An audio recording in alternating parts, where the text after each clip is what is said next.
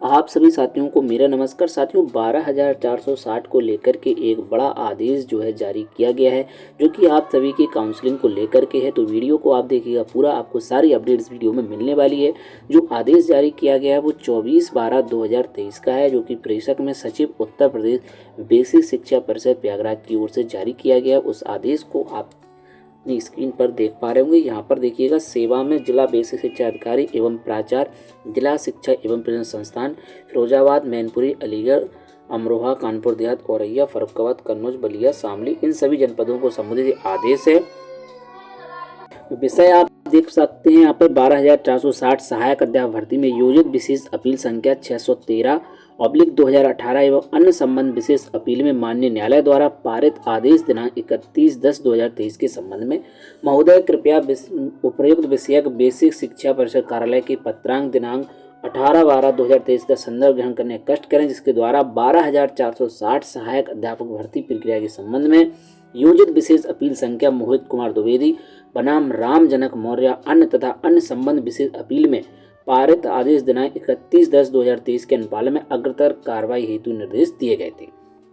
इस संबंध में माननीय न्यायालय द्वारा पारित आदेश के अनुपालन में जनपद स्तर पर समस्त कार्रवाई निर्धारित की समय सारणी जो निम्नलिखित के अनुसार की जाएगी। माननीय न्यायालय द्वारा पारित आदेश दिनांक 31/10/2023 के अनुपालन में अंतिम चयन सूची तैयार करना एवं जनपद के NIC की फोटो अपलोड किया जाना 27/12/2023 तक। अभिलेखों की परीक्षण की कार्रवाई 29/12/2023 तक और अभिलेखों के परीक्षण के उपरांत अहर पाए गए अभ्यर्थियों को नियुक्ति पर निर्गत किया जाना है 30/12/2023 को।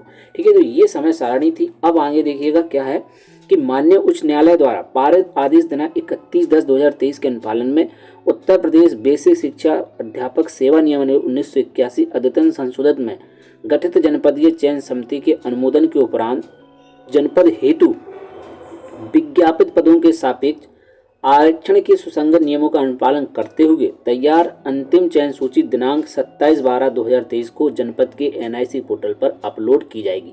यानी कि जो है आपकी 27 तारीख तक यह प्रक्रिया जो है सूची पोर्टल पर आ जाएगी। इसके बाद अंतिम चयन सूची में सम्मिलित अभ्यर्थियों के शैक्षिक प्रशिक्षण अभिलेखों जांच की कार्रवाई दिनांक 29/12/2023 को की जाएगी। अंतिम चयन सूची में सम्मिलित ऐसे अभ्यर्थी जिनको नियुक्ति पद पूर्व में दिया जा चुका है को छोड़ते हुए उनको छोड़ते हुए अन्य अभ्यर्थियों के शैक्षिक प्रशिक्षण अभिलेखों की जांच की जाएगी। शैक्षिक प्रशिक्षण अभिलेखों का जांच में हर पाए गए अभ्यर्थियों को जनपदीय समिति के अनुमोदन के उपरांत नियुक्ति पद निर्गत किया जाएगा। देखिए यहाँ पर दिया हुआ है कि ऐसे अभ्यर्थी जिनको नियुक्ति पद पूर्व में दिया जा चुका है उनको छोड़ते हुए अन्य अभ्यर्थियों के शैक्षिक प्रशिक्षण अभिलेखों की जांच की जाएगी। ठीक है, आगे देखें तीसरा पॉइंट कि अभ्यर्थियों को नियुक्ति हेतु शैक्षिक प्रशिक्षण अभिलेखों की जांच के समय अपने रजिस्ट्रेशन और आवेदन पत्र की प्रति, शुल्क जमा करने का साक्ष्य, समस्त शैक्षिक अन्य मूल अभिलेखों उसकी 2 सेट एवं 100 प्रमाणित छाया प्रति। तो देखिए रजिस्ट्रेशन लगना है, साथ ही आवेदन पत्र की प्रति लगेगी, शुल्क जमा करने का साक्ष्य लगेगा और सारे आपके शैक्षिक अभिलेख और जहाँ से भी आपने VTC किया हुआ है वो सारे डॉक्यूमेंट आपके यहाँ पर लगने वाले हैं। वहीं 4 पासपोर्ट साइज की फोटोग्राफ लेकर प्रतिभाग करना होगा। किसी अभ्यर्थी द्वारा मूल अभिलेख प्रस्तुत न किए जाने की दशा में प्रतिभाग नहीं कराया जाएगा, जिसके लिए अभ्यर्थी स्वयं उत्तरदायी होगा। तो यहाँ पर ये वाला पॉइंट काफ़ी इंपॉर्टेंट हो जाता है, आपको जो है अपने मूल अभिलेख लेकर के वहाँ पर काउंसलिंग में जाना है। चौथा पॉइंट, शैक्षिक प्रशिक्षण अभिलेखों की जांच के लिए निर्धारित तिथि को समस्त औपचारिकताएं जिला बेसिक शिक्षा अधिकारी द्वारा पूर्ण की जाएंगी। काउंसलिंग की तिथि को समुचित पेयजल शौचालय की व्यवस्था सुनिश्चित की जाएगी तथा साफ सफाई रखी जाएगी। शैक्षिक प्रशिक्षण अभिलेखों की जांच की तिथि से जिलाधिकारी एवं वरिष्ठ पुलिस अधीक्षक को अवश्य सूचित किया जाएगा।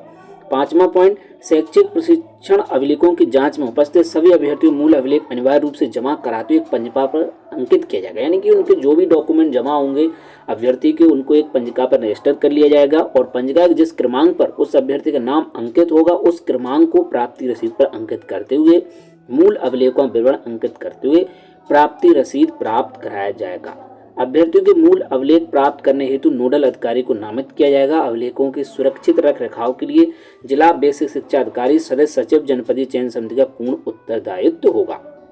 वहीं 6वां पॉइंट कि अंतिम चयन सूची में सम्मिलित अभ्यर्थियों के अभिलेखों में परीक्षण के उपरांत नियुक्ति हेतु अहर पाए गए एवं ऐसे अभ्यर्थी जिनको नियुक्ति पद पूर्व में निर्धारित किया गया को एक साथ सम्मिलित करते हुए अभ्यर्थियों की सूची वरिष्ठता क्रम में निम्न प्रारूप पर परिषद की ईमेल पर दिनांक 29/12/2023 को अनिवार्य रूप से उपलब्ध कराई जाएगी। छठवां पॉइंट देखिए एक बार फिर से कि उपरांत नियुक्ति हेतु अहर पाए गए एवं ऐसे अभ्यर्थी नियुक्ति पद पूर्व में निर्धारित किया गया, यानी कि वो कैंडिडेट जिनकी काउंसलिंग हो रही है वो साथ ही जिनको नियुक्ति पद मिल चुका था लेकिन रोक लगने के बाद जो है उनको जो है अपॉइंटमेंट विद्यालयों में नहीं हो पाई थी, तो दो प्रकार के कैंडिडेट यहाँ पर हो जाते हैं।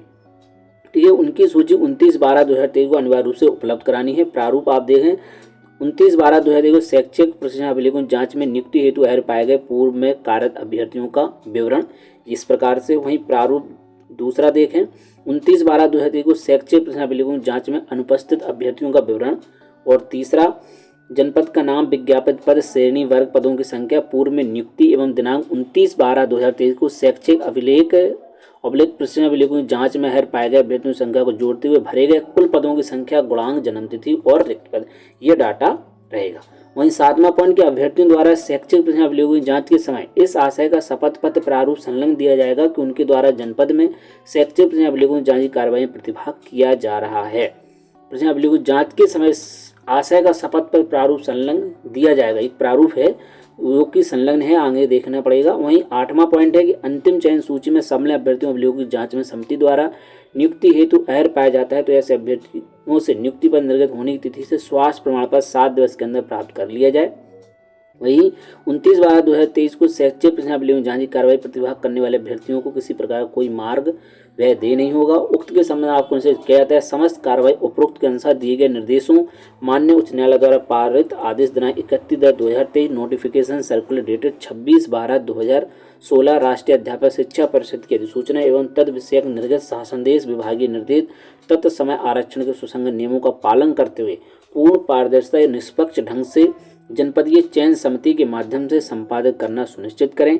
किसी प्रकार की शिथिलता के लिए जिला विशिष्टाधिकारी सदस्य सचिव जनपदीय समिति उत्तरदायित्व होंगे। कृपया उक्त के संबंध में अग्रतर आवश्यक कार्रवाई करना सुनिश्चित करें। भावदीय प्रताप सिंह बघेल की ओर से आदेश जारी किया गया है। यहाँ पर देख सकते हैं आप सभी जनपदों की NIC वेबसाइट दी हुई है, सभी जनपदों की NIC पोर्टल के विवरण दिया हुआ है। साथ ही देखिए ये है 100 रुपये का जो स्टाम्प पेपर है जो कि लगना है। देखिए 12,460 सहायक अध्यापक भर्ती प्रक्रिया में अंतिम चयनित अभ्यर्थियों द्वारा प्रस्तुत ₹100 नॉन जुडिशियल स्टाम्प पर नोटरी शपथ। ये नोटरी प्रपत्र है, आप इसको देख सकते हैं, इसका प्रिंट निकाल करके आपको जमा करना होगा। देखिए मेरे द्वारा जनपद शैक्षिक प्रशिक्षण अभिलेखों की जांच में दिनांक 29/12 को प्रतिभाग किया गया। मेरा अंतिम चयन सहायक अध्यापक पद पर 12,460 सहायक अध्यापक भर्ती प्रक्रिया के अंतर जनपद में हुआ है। तो इस प्रकार का शपथ पत्र आपको देना होगा। इसका प्रिंट आउट निकाल करके जो है आप कोई वहाँ पर लेकर के काउंसलिंग में जाना होगा। तो इस प्रकार का शपथ पत्र आपको जो है प्रिंट निकाल करके लेके जाना होगा और इसी को जो है एक 100 रुपये के स्टाम्प पर आपको टाइप करवाना होगा, इसको भर करके वहाँ पर जमा करना होगा। तो साथियों 12,460 साल बाद 7 ईयर्स बाद ये अपॉइंटमेंट होने वाली है और नए साल पर ये सभी अभ्यर्थियों को जो कि किसी कारणवश रह गए थे 68,500 और 69,000 भर्ती में भी उनका चयन नहीं हो पाया, ऐसे अभ्यर्थियों के लिए काफ़ी अच्छी खुशी की बात है कि उनके लिए अब जो है अपॉइंटमेंट की पूरी तैयारी हो चुकी है और काउंसलिंग के निर्देश भी जारी अब यहाँ पर कर दिए गए हैं। साथ ही अगर आपके कोई भी डाउट है आप निश्चित रूप से कमेंट कर दें, सारी अपडेट आपको दी जाएगी। फिलहाल जो शपथ पत्र का प्रारूप है आपने यहाँ पर देख लिया है, यही जो है 100 रुपये के स्टाम्प पेपर नोटरी शपथ पत्र बन करके जो है आपको लेकर के जाना है। जिस जनपद में आपका चयन हुआ है उसी जनपद में आपको ये जाना है। साथ ही 2 प्रकार के कैंडिडेट हो गए हैं जिनका पूर्व में चयन हो चुका है, यानी कि उनको अपॉइंटमेंट मिल चुका था लेकिन उनकी विद्यालय में ज्वाइनिंग नहीं हो पाई थी और रोक लग गई थी। तो 2 प्रकार के कैंडिडेट हैं और नए कैंडिडेट हैं जिनकी काउंसलिंग हो रही है। तो साथियों काउंसलिंग का आदेश जो है जारी कर दिया गया है। उम्मीद है कि वीडियो आपको पसंद आया होगा। वीडियो अगर पसंद आया तो वीडियो को लाइक करें और साथ ही अपने साथियों के पास शेयर करें कि काउंसलिंग के आदेश जारी कर दिए गए हैं। तो साथियों मिलते हैं किसी नेक्स्ट वीडियो में नई जानकारी के साथ। जय हिंद।